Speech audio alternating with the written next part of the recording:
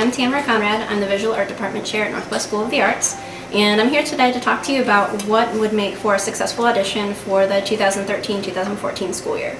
So I have in front of me a bunch of student artwork for a variety of different assignments.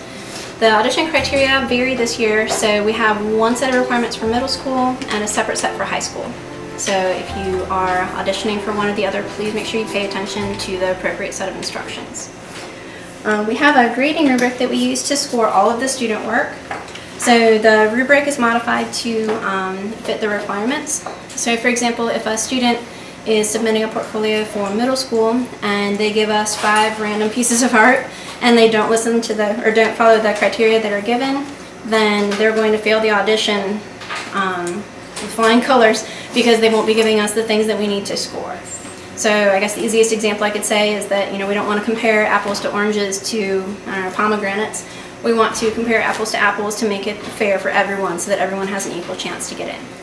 So with that being said, please make sure that you read the assignments. For students auditioning for our middle school program, we have one assignment which is to draw a still life, and these are all different age levels and ranges, and we'll show you more examples at the end. But these are examples of a still life. So still life is just simply an arrangement of objects on a surface, and then you draw what you see. You don't use a photograph, you don't invent things that aren't there, you simply draw what's there. The second category that we have is a landscape, and we have a couple different variations for that. So a landscape might be, for example, some plants that you might have growing in the yard. It could be a view outside of a window. But a landscape could also include architecture, like these drawing assignments. This is actually a view on our school's campus out in the breezeway outside the art building. This is an architectural drawing that a student did from one of the buildings downtown. So a landscape could be a lot of different things, but essentially it's a big deep space, and you would draw the things that are there as you see them, whether they're organic things like plants or architecture or what have you. The next category that we have is portraiture, and for the portrait assignment, what we're looking for is something that, and those were a few of the planning sketches for that student, but what we're looking for is a complete portrait that shows us that you understand how to capture the features of the human face and render those on a page. Now for all of these different two-dimensional assignments, we also have sketchbook assignments you need to complete first. In a perfect world, you would actually turn in either a portfolio like this where all the pages are attached together and you can put everything in order, or you would give us a sketchbook that's bound together and you just do the assignments in order. So you don't have to go with anything big and fancy. In fact, all of the pieces can be this small and just be 9 by 12 and fit in the sketchbook. And what we want to be able to see on the rubric, and the way we score the work on the rubric, is looking to see if you learn from your practice, if you, as an artist, work to get better through the process of making your artwork, if you have learned about things like working with color, working with your materials, which everybody learns in their art classes in elementary and middle school. And then ultimately we want to see a finished piece, and when we look at this piece, we want to be able to go back in your sketchbook and see how your planning and practice helped you to get ready to make your final. So sitting next to me is an example of a student sculpture.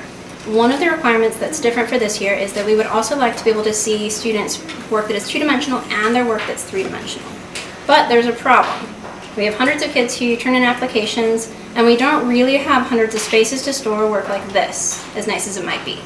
So it's very important when you're completing your portfolio that you understand that for the section for the three-dimensional or sculptural piece, that we don't want this, we want a photograph of this set in just a neutral space. One of the easiest ways to do that is to take just a bed sheet, like a non-patterned white or neutral colored bed sheet, drape it down, and then set your sculpture there and take a photograph.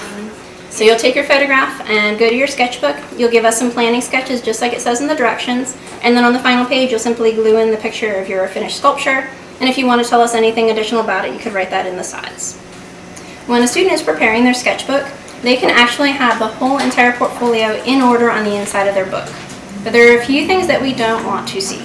For example, this student has done some wonderful work in their sketchbook, but when I'm trying to work with it, it has tons of stuff on the inside. What we are asking for is that you do all of the work inside your sketchbook, attached to the book, and then just do the work in order. So if you work on the still life first, you'll show still life practice 1, 2, 3, 4, 5, final piece. And then start, say you go to landscape next, and you do landscape 1, 2, 3, 4, 5, and then landscape piece next. So please don't give us this hodgepodge of like loosey-goosey stuff that can fall out, because even if it's gorgeous, it falls out of order, and part of what we look for is the growth and the progression where you learn from one piece, one practice to the next, working towards your final. So one question students often ask is, what kind of materials can I use to complete the assignments for the audition portfolio? And my answer to that is really simple. We don't want anyone to be excluded from auditioning simply because they don't have access to a lot of different art materials. So what we would ask is that you simply show us a range. So for example, if you're doing drawing, graphite would be fine, but you could also use ink, you could work in colored pencil, you could work with markers. If you're going to work with paint, you could simply do watercolors, you could work with acrylics. So the specific material is not so important as the quality of the work that you give us, and that we can really see the way that you think and the way that you work. As for the deadlines for visual art, our process for evaluation is a little different than the other art areas. Since you're preparing a portfolio in advance and then you're simply turning in that work to be evaluated, it's very important that you get started right away, because obviously, as you can see, it takes a good amount of time to complete the practice exercises and then the finished piece for each of the assignments. So the sooner you can get started, the better. And that way, if you have any questions, you can call or email the school. And when you complete your portfolio, you'll just bring it over to the school to drop it off. Your contact here is Mr. Nathan Lampone, and when you drop off your complete audition portfolio, it will be added to our group, and we process those the week of each audition date. So for example, if you turn it in 3 weeks before, it's going to be still auditioned the week of the deadline that's published. But the sooner you turn them in, certainly the better.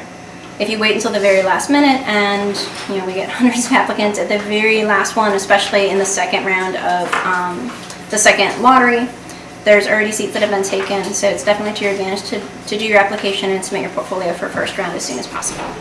So in the visual art program at Northwest, we are looking for students who are talented, of course, but we're also looking for students who really want to learn. So a student who has a great work ethic, and they can demonstrate that through their audition portfolio, is someone who is going to learn the most from our program. We're heavily focused on observational drawing, so students really do learn how to draw pretty much anything. So if you can look at it, you want to be able to render it on a two-dimensional surface. And then once you have that skill, you can use it to do anything. You can draw, you can paint, you can sculpt, you can make jewelry, do fibers, graphic design. So that basic skill is one of the foundations of our curriculum. So again, this kind of student we're looking for is someone who is talented, yes, but also someone who's willing to work really hard, that has a great work ethic, is open to feedback. So thank you very much for your interest in our visual art program at Northwest School of the Arts. I hope you'll take the time to read through all the information that we provided for you, and I really look forward to completing your audition portfolio and seeing all of your fabulous work.